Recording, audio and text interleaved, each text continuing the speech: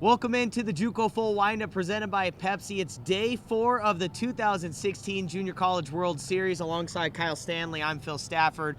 Boy, did we wrap up the month of May in fashion. The two Texas teams really duked it out tonight in our evening game. But before we had that great matchup, we had 2 elimination games. This is the sad thing about JUCO and about any sort of tournament is you have to say goodbye to great teams. That's what happened today with Yavapai and Cali. We'll see which team went home. Both teams coming off heartbreaking losses their last time out. Let's take a look in both dugouts to see how they were feeling before this one. Set that handshake, Dirk. Let's get it.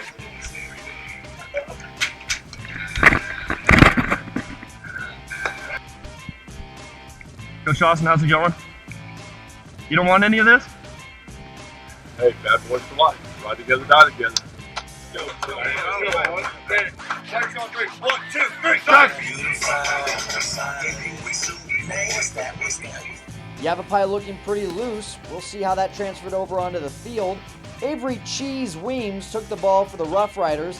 The double play ball was his best friend early on. 3 of the first 5 innings ended in DPs, and the offense gave him some early support. First inning, Nate Easley drills one deep to right center. Christian Maggi scores to put the Rough Riders up 1-0.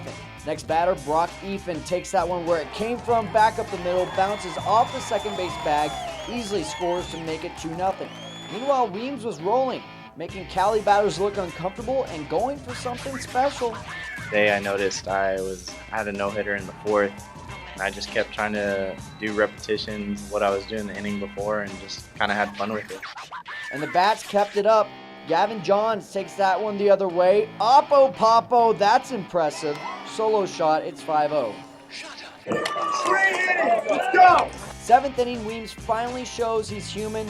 Riley Knutson breaks up the no-no. He walked out to the mound once it was broken up and got a couple runners on. He's like, well, it's over now, so go throw strike.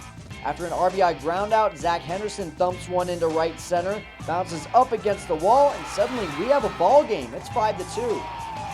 But Nico Ortega came in and shut the door for the last 2 innings, and Yavapai survives behind Weems. Cali goes 2 and out.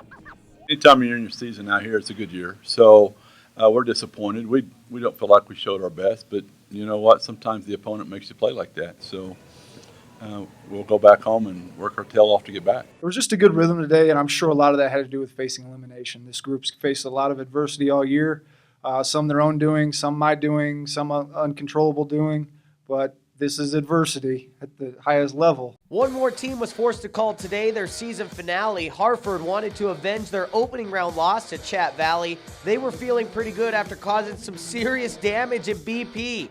Wow, I hope that person is a Fighting Owls fan. We have an inside look, though, at how the Pirates loosened up right before game time.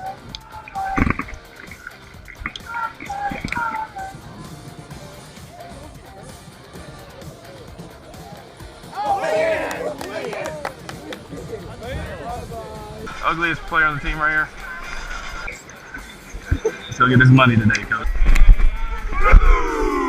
Scratch on me, 1, 2, 3, Pirates! By the time we reach the 3rd inning, the Pirates own a 3-1 lead, but Frankie Wager wants more. The ball takes a one-hop over the wall, which scores A.J. Willoughby from second.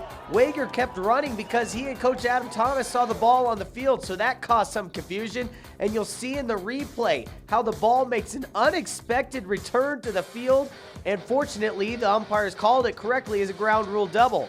The Pirates did score 3 in that inning and followed it up with another pair of runs in the 4th. Thanks to this double off the bat of Carson Hughes. Hughes and Wager accounted for 8 of the 14 runs scored by Chap Valley, and they had a terrific start on the bump from Jordan Lee. Here's the bottom of the 4th. Lee working with runners on 3rd and 2nd, but ends the inning with the K. Pirates look to be cruising on their way to another victory via mercy rule. You're supposed to be feeling pretty good at 12-2 with 3 outs to go. Now all they needed was a scoreless inning in the bottom half of the 6th, but Luke Johnson provides the first shot of life for the Owls. His solo homer is followed by another homer from Kobe Dean. The rally lasted long enough for Johnson to come to the plate again. Bases loaded. Flight attendants, find your seats. Here's how it looked from the Owls dugout. Yeah! Get out! All of of a sudden, we're in a race to the finish line. After a scoreless 8th, Chap Valley plates 2 runs from the bat of Carson Hughes in the 9th. The Owls only mustered 1, so it's Chap Valley solidifying themselves a spot in the Final 4 in the nation as Harford shakes hands and heads home for the season. It's kind of hard to sit here and really start to think about like what just happened. But overall, I mean, we had a great year. I love all these guys. This experience here has been incredible. I mean, it's been everything and more than I ever imagined. And all the people that we've met here, it makes you seem like baseball is more than just a game. It's about all the friends that you meet here and all the experiences that you'll have that you'll never forget. This was insane, man. I need a Xanax. You got to give credit to Harford. Tom's guys, holy cow, can they hit, man. I assumed that we were going to get the game over with, and I was like, well, I need to get some work in, so I started throwing a bullpen. And about halfway through the bullpen, one of our other pitchers came down there and was like, hey, coach said that you need to be ready in case things get crazy. Next thing I know, it's he's looking at me saying, are you ready to go in? And I was like, well, I guess so. Heading out to the night game, 2 Texas teams in the winner's bracket. San Jac with the 1-0 record, and the Cisco Wranglers come in at 2-0. Both teams have played some seriously dramatic games, and this one was no different. First inning, the Gators got out to an early 1-0 lead, but Cisco answered right back with the bases juice. Zach Reams flips one into left center. 2 runners score easily. Throw goes to second and then into center, so in comes the 3rd run on the air. It's now 3-1. Next batter, Grant Rubin deposits a single into center. Little bit of trouble out there, but it doesn't matter. Reams would have scored either way, 4-1 after the first inning. Top of the 3rd, Brandon Montgomery, batting with ducks on the pond, laces a single into center. 2 Gators score to make this a 4-3 ball game. Skip ahead in the inning, it's now tied. Caden Williams. Williams was here with Glenn a few years ago, and now he's wearing the green and gold with pride. RBI single puts the Gators ahead.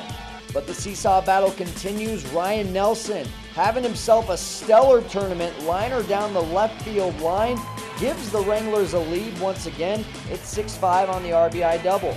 6th inning, same score. Here's that guy again, Ryan January, going to the opposite field for his 3rd home run of the tournament. Solo shot ties this one up. 7th inning, now tied at 7s. Bain Shane Bogle. He was a hero against Cali the other night, and he's putting himself right back in the spotlight. Blasts a 2-run job to left. San Jac takes the 9-7 lead, and then just because he can, January goes yard again. 4th in 2 games, and San Jac holds on to win the battle of the Texas teams. The Gators continue on in the winner's bracket. The energy we put together in the dugout is really what I think keeps us up in the dugout and keeps us in the game. I don't know if y'all can see in the dugout at all, but we have fun written in duct tape just to remind us to stay I'm not loose. aware of that. San Jac's good. Got good arms, good bullpen.